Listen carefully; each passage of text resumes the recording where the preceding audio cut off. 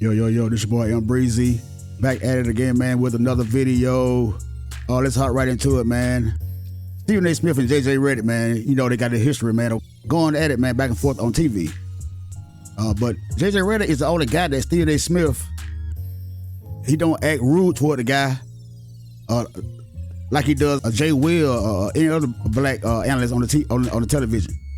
Don't get me wrong, I'm not saying trying to be saying that trying to be a racist or anything like that.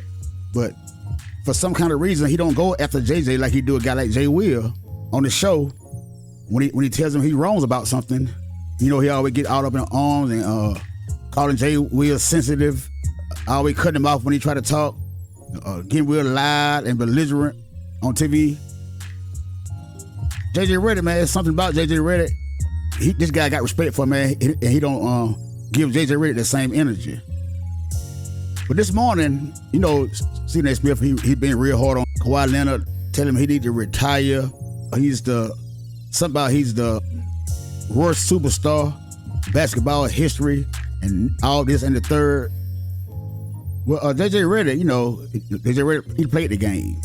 Stephen A. Smith got to talk on this subject. JJ Reddick went first, which I didn't have the clip.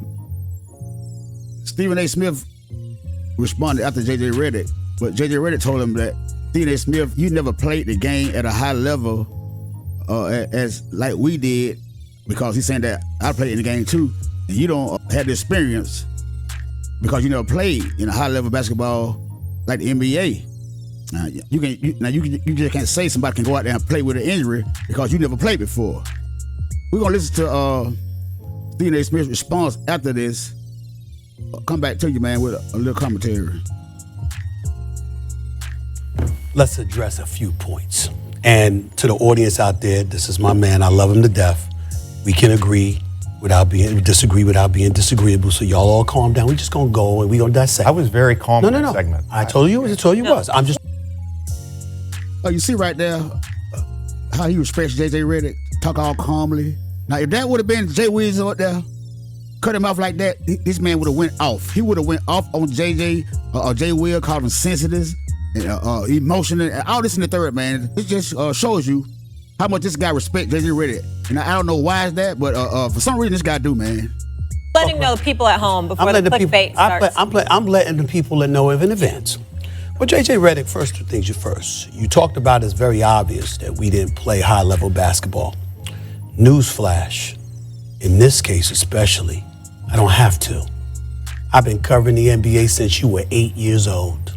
I know that. Let me finish. No, I'll let you speak. I know where you're going. No, you don't know where I'm going. You don't know, because you don't know what I'm about to say. You did not listen to me, though, because I can already tell where you're going with this. You don't know where I'm going. I want to repeat something I said. Go ahead. You see that right there? You see that right there, man? You see that right there? If that was a black guy sitting across from this old big long mouth, cone-headed joker, man, this guy would have went off, man. He would have went off and disrespected him to the fullest, man. You guys don't know what is required of the body because you have not played at that high level. I said that at the very beginning of my little diatribe. I want to just, whatever your response is, keep that in mind. I will keep that in mind. Thank you very much. Because it's not about covering the NBA. I'm not questioning your basketball knowledge. It's not about the basketball.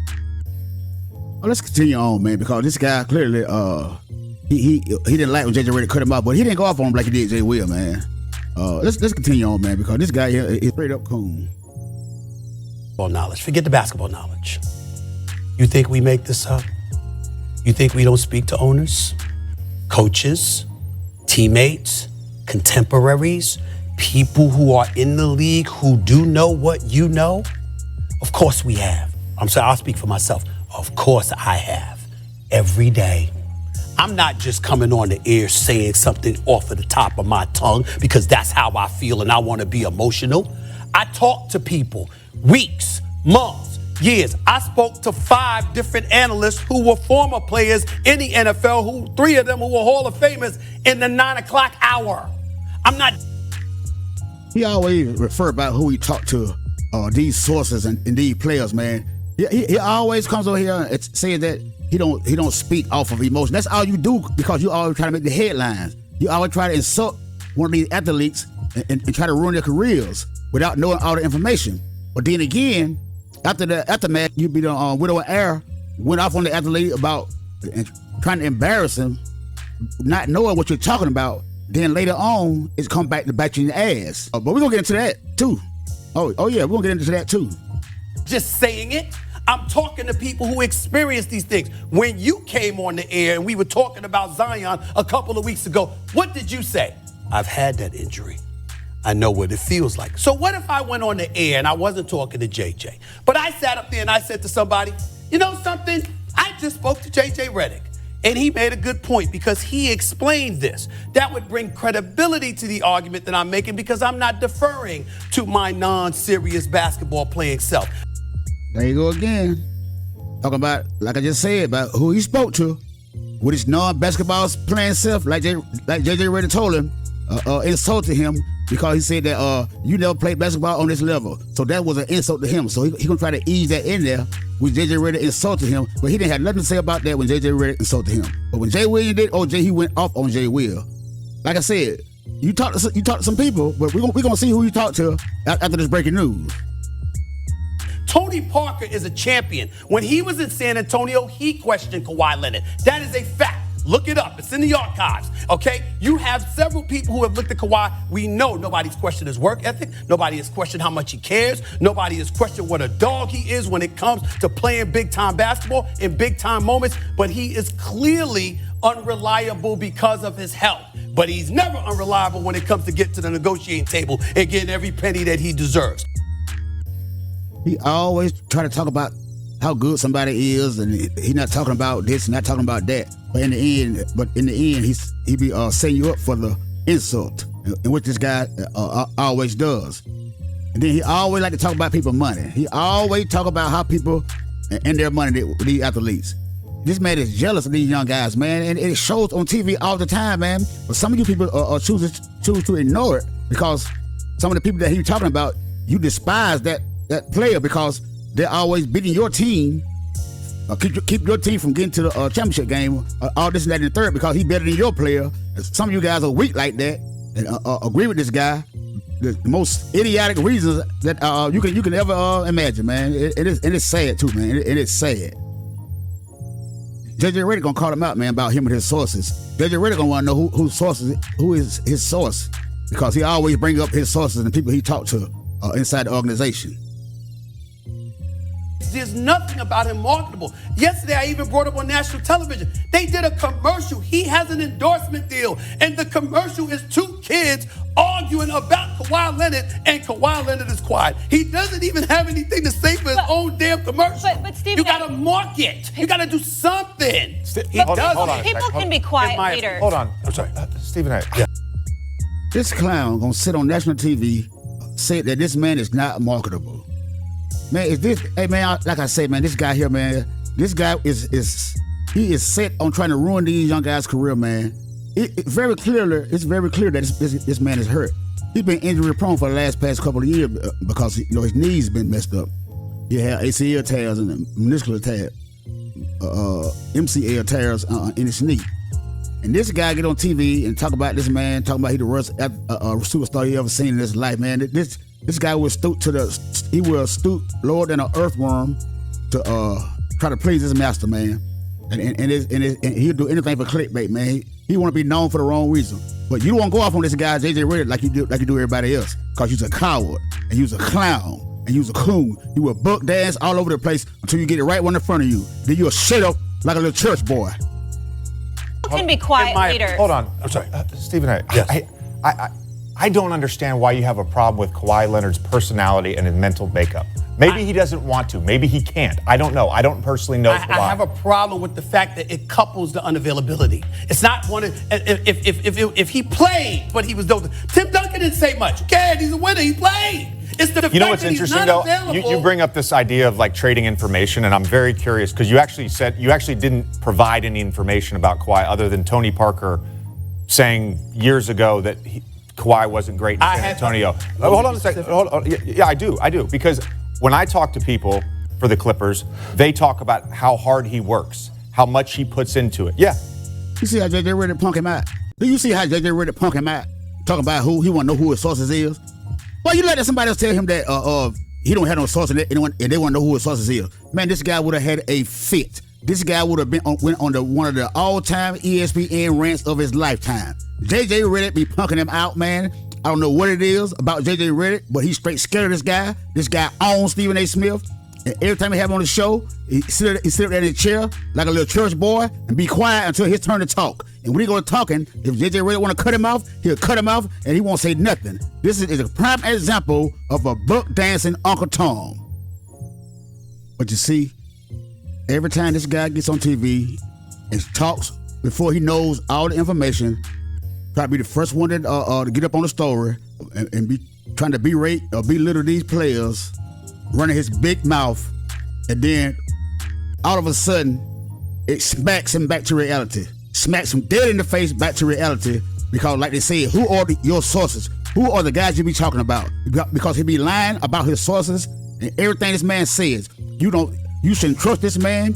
You shouldn't believe anything this man said because he is nothing but a comedian. He's a clown and he's a character on TV for First Take. And that's what they pay him for, to be a clown on TV. Now watch how fast reality slap him right back dab in the middle of his face. Into ESPN, out of the NBA, LA Clippers forward Kawhi Leonard has been diagnosed with a torn meniscus in his right knee. Sources confirmed to ESPN today. The Athletic first reported on Kawhi's injury. Okay, Dog? Yes. We've been talking about Kawhi at length this morning, and now that we have details. Look at him with the head down. Look at him with the head down. Look at him. Look at this clown with his head down. Look at this clown. Look at him. He look like a fool in the face. Don't look at that phone now. Don't look down at the phone now. Look at him. See, boy, ooh, I love when this happens to this clown because he talk too much. And someday, man, somebody gonna put him in his place. And I'm glad JJ Reddick was on this show on this very same day to get him because he's the only one not scared of Stephen A. Smith. And Stephen A. Smith would not ball back at JJ Reddick. On the severity of his injury, does your stance change? No. When did he hurt it? He hurt it before game 1 or game 2? I believe it was game 2.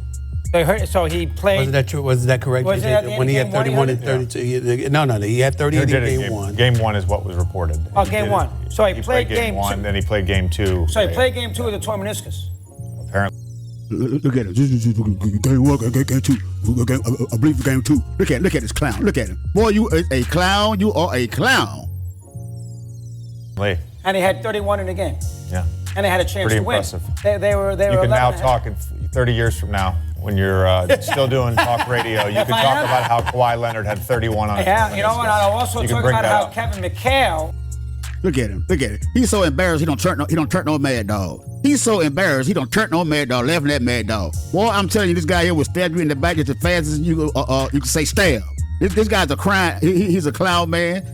Man, boy, I'm telling you right now, man, this man is looking utterly ridiculous right now. He's looking like a fool, man. I'm so glad on this day, man, they caught him, man. I'm glad because JJ Reddick will bring that smoke to him. JJ Reddick not scared of him because he can't do nothing to JJ Reddick. He can't fire JJ Reddick like you fired Max Kellerman. Fire JJ Reddick. I bet you won't fire JJ Reddick. JJ Reddick owns you, clown. JJ Reddick owns you. It talked about a story when Charles Smith was hurt.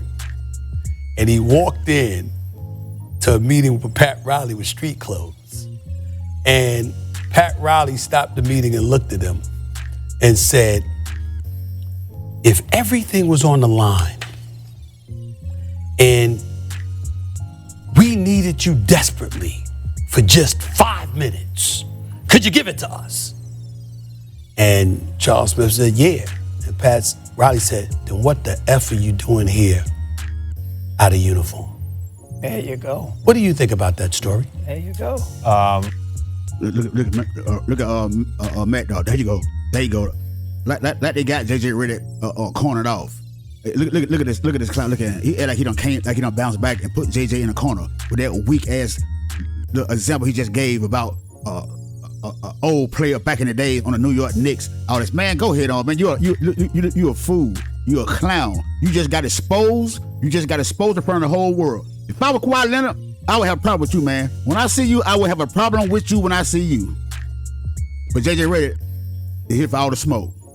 If I was a coach, and hopefully one day I will be, I wouldn't want my players to play with a torn meniscus, a broken foot, a concussion. I don't think it does it any good. I think specifically in this time, again, I'll repeat what I said in the first hour.